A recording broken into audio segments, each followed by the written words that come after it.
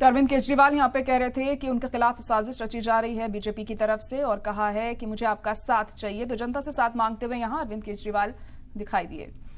आगे बढ़ेंगे। फिलहाल इजराइल हमास की जंग के बारे में हम बात करेंगे, लेकिन उससे पहले आपको बता दें कि किस तरीके से जो अरविंद केजरीवाल हैं लगातार अपने आप को सही साबित कर रहे हैं। यहाँ पर बदनामी हुई तो पैसा,